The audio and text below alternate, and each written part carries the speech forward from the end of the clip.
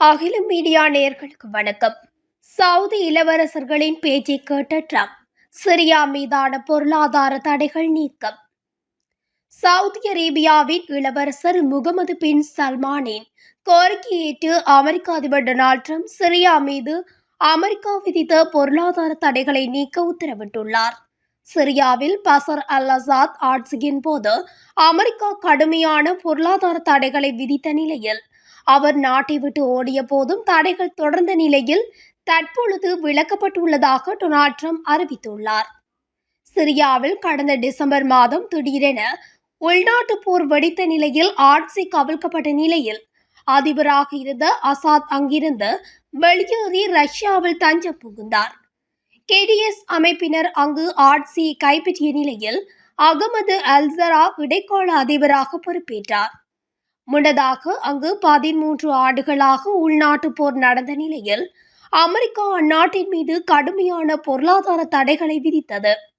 ஆட்சி மாற்றம் நிகழ்ந்த பின்னர் பொருளாதார தடைகள் விலக்கிக் கொள்ளப்படவில்லை. இந்நிலையில் அமெரிக்க அதிபர் டொனால்ட் ட்ரம்ப் சிரியா மீது அமெரிக்கா விதித்த பொருளாதார தடைகளை நீக்க உத்தரவிட்டுள்ளார்.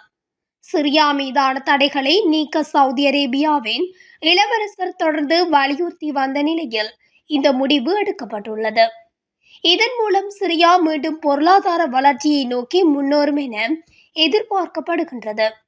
சவுதியின் ரியாட்டில் நடைபெற்ற முதலீட்டு மாநாட்டில் உரையாடிய ட்ரம்ப், சிரியா மீதான பொருளாதார தடைகளை நீக்க உத்தரவிடுகின்றேன். சிரியா பின்னடைவை சந்திக்க அவை ஒரு முக்கிய பங்காற்றின. ஆனால் இப்போது சிரியா முன்னேற வேண்டும் என்பதால் அந்த தடைகளை நீக்க உத்தரவிடுகிறேன். சிரியாவின் இடைக்கால அதிபர் அகமது அல்சராவின் நிர்வாகத்திற்கு இது பெரிய உதவியாக இருக்கும். தற்போது சிரியாவிற்கு முன்னேறும் நேரம் வந்துவிட்டது என்று குறிப்பிட்டுள்ளார். சிரியா மீதான தடைகளை நீக்க பல்வேறு வளைகுடா நாடுகள் அமெரிக்காவுக்கு அழுத்தம் கொடுத்த நிலையில் அந்த நாடுகள் தற்பொழுது இதனை வரவேற்றுள்ளன. ட்ரம்பின் அறிவிப்பை சிரியாவில் உள்ள சவுதி அரேபிய தூதரகம் வரவேற்று டொனால்ட் ட்ரம்பிற்கு நன்றி தெரிவித்துள்ளது. தற்பொழுது சிரியா அதிபராக இருக்கும் அகமது அல்சரா சிரியா போரின் போது அல்-காயிதா பிரிவின் தலைவராக இருந்தவர். 2016ஆம் ஆண்டு அந்த அமைப்புடன் தொடர்பை துண்டித்த நிலையில் தற்போது சிரியா இடைக்கால அரசின் அதிபராக பொறுப்பேற்றுள்ளார்.